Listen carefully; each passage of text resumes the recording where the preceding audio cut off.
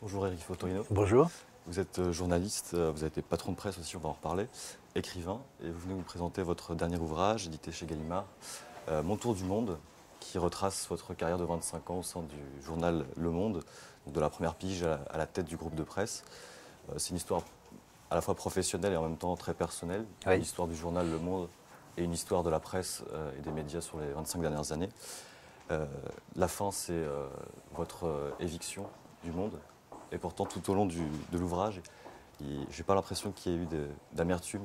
Quel était le but de ce livre? Non, vous avez raison, c'est vrai que c'est d'abord un témoignage. J'avais envie de continuer mon travail de transmission, en fait, à la fois des valeurs qui sont les miennes et des idéaux que j'ai pu avoir en devenant journaliste il y a maintenant presque 30 ans.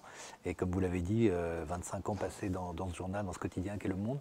Et donc je voulais surtout témoigner, montrer aux lecteurs, pas nécessairement aux journalistes d'ailleurs, ou à ceux qui, comme vous, sont des jeunes journalistes, débutent, ce qu'a été ce métier, sur quoi il s'est fondé et comment il a évolué, comment il a subi des métamorphoses très très profondes, à la fois économiques et technologiques.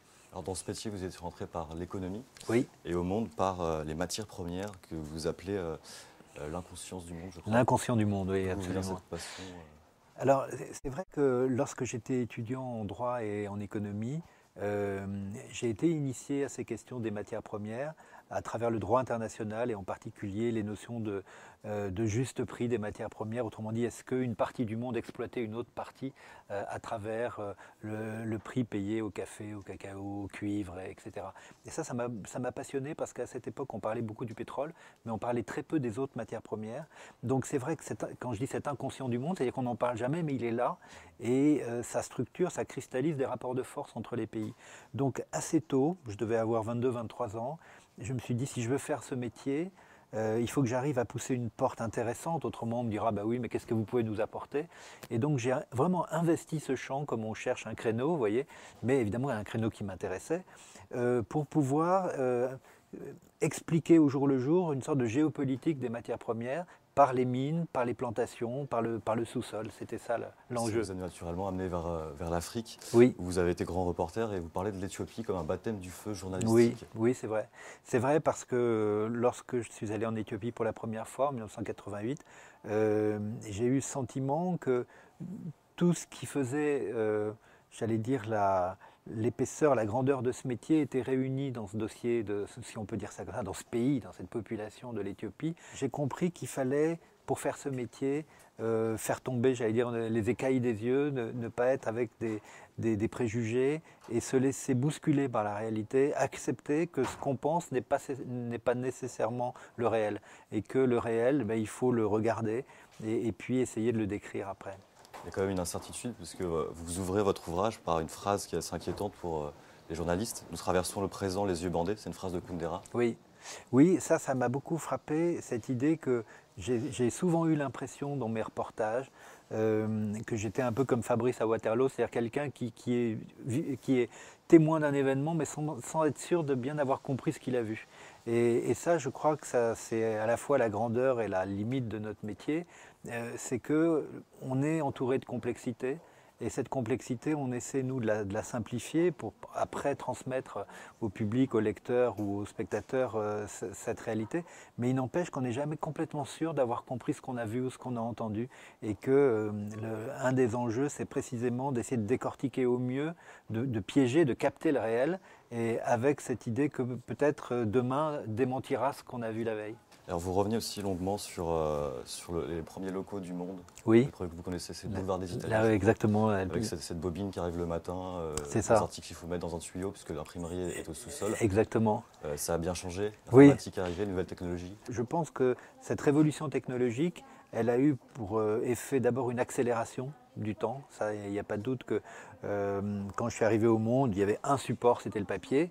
Quand on était journaliste de presse écrite, évidemment, il y avait déjà de la radio et de la télé, mais c'était le papier. C'était un journal qu'on faisait une fois par jour, donc il n'était pas question d'avoir un suivi heure après heure, et qu'est-ce que je dis, minute après minute d'une information.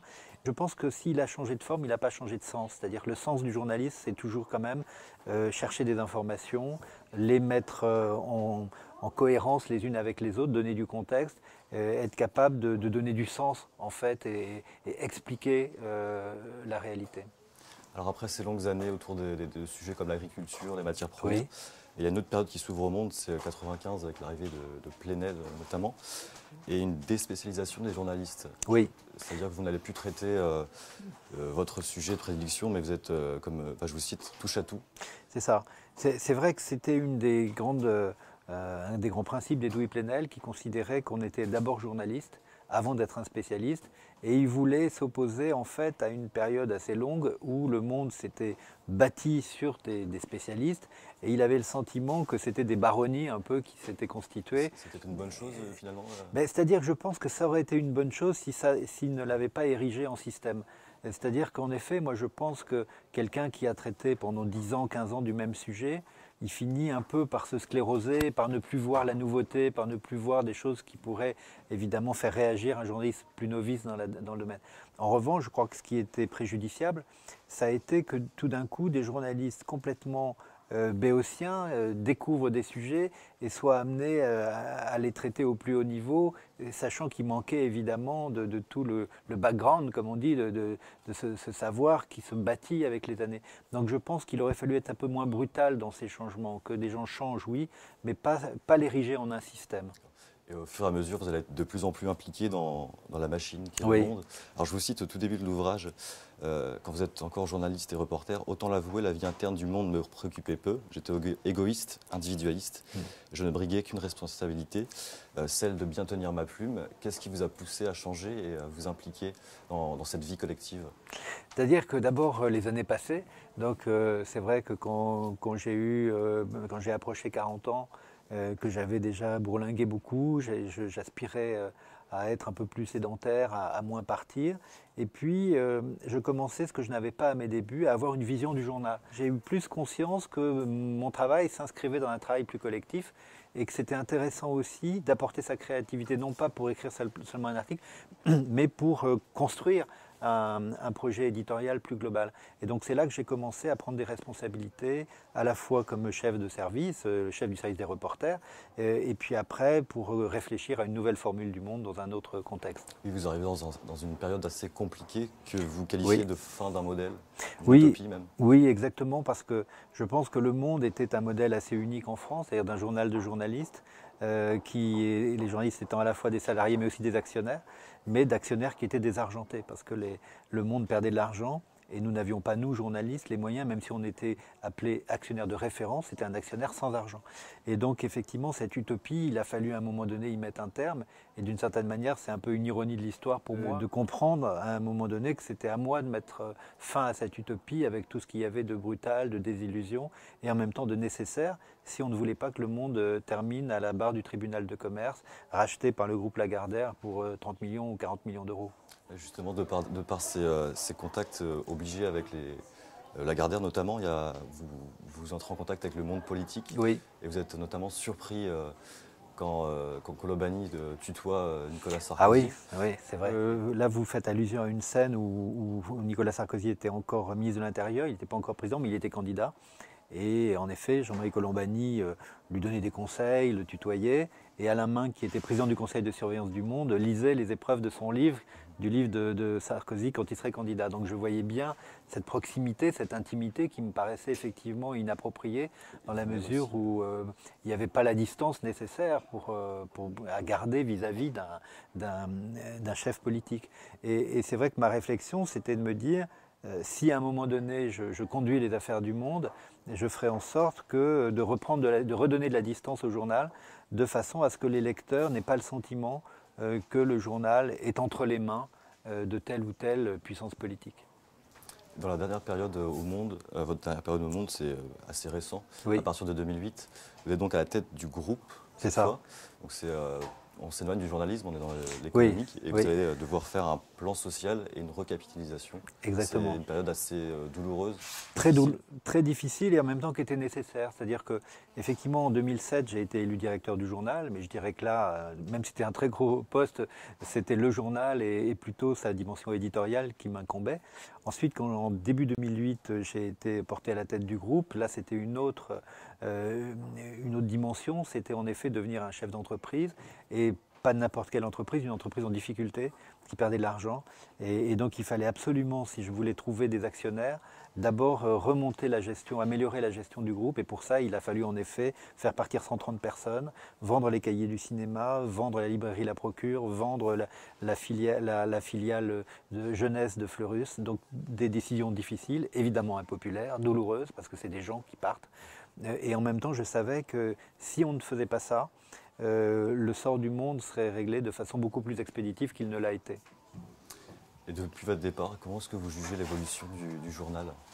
Alors, depuis mon départ, donc ça fait un peu plus d'un an, puisque je suis parti en février 2011, je pense que le journal a bénéficié de moyens nouveaux que j'ai attendus moi pendant des années, que j'ai espéré pendant des années, et ça c'est tant mieux. C'est-à-dire qu'il y a eu des recrutements de journalistes. Moi, j'ai pu recruter une personne en 5 ans. Donc je pense que de ce point de vue-là, il y a vraiment des avancées très importantes qui permettent au journal d'avoir une meilleure qualité. Globalement, je pense que Le Monde reste un grand journal et même il s'est donné les moyens de le demeurer. Et après, il faudra suivre ce qui est intéressant dans la période nouvelle qui s'ouvre avec François Hollande comme président, donc la gauche, comment un journal qui est réputé, sinon de gauche comme Libération, mais en tout cas avec une sensibilité à gauche, comment il pourra rester dans un rôle critique, sachant qu'il ne faut jamais oublier qu'entre 1981 et 1983, quand François Mitterrand a été élu, le Monde en une année a perdu 100 000 lecteurs pour s'être aligné sur la politique des socialistes de l'époque. Alors vous avez occupé presque tous les postes. Oui, je n'ai pas été correspondant à l'étranger. J'ai J'ai fait des reportages, mais voilà. de tous ces métiers bien spécifiques, lequel Oui. vous a plus plu?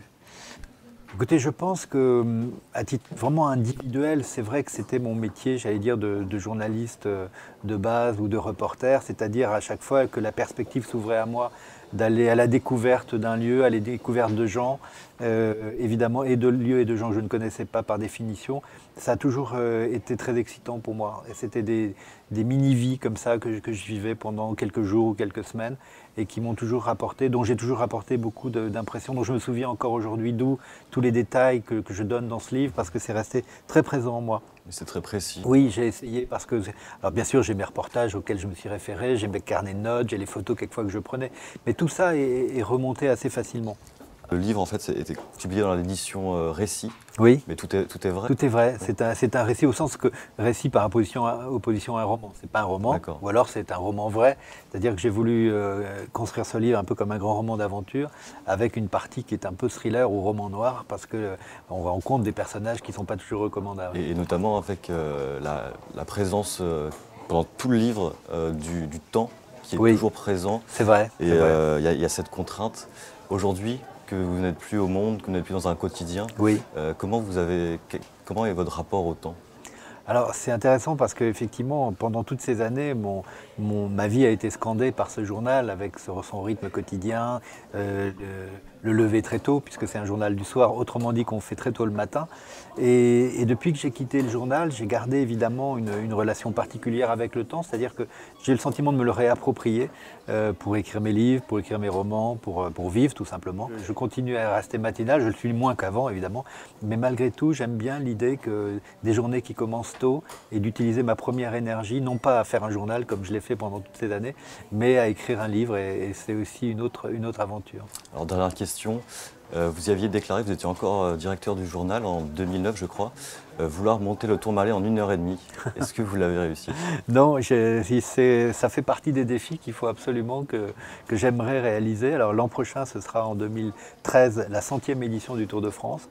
Et j'essaierai d'ici 2013, puisque je vais écrire un petit éloge du Tour de France l'an prochain, j'essaierai de faire coïncider ça avec sinon une performance physique, mais enfin en tout cas d'essayer d'approcher de ce temps-là pour le Tourmalet. Merci Aurélie Fautrino. Merci beaucoup.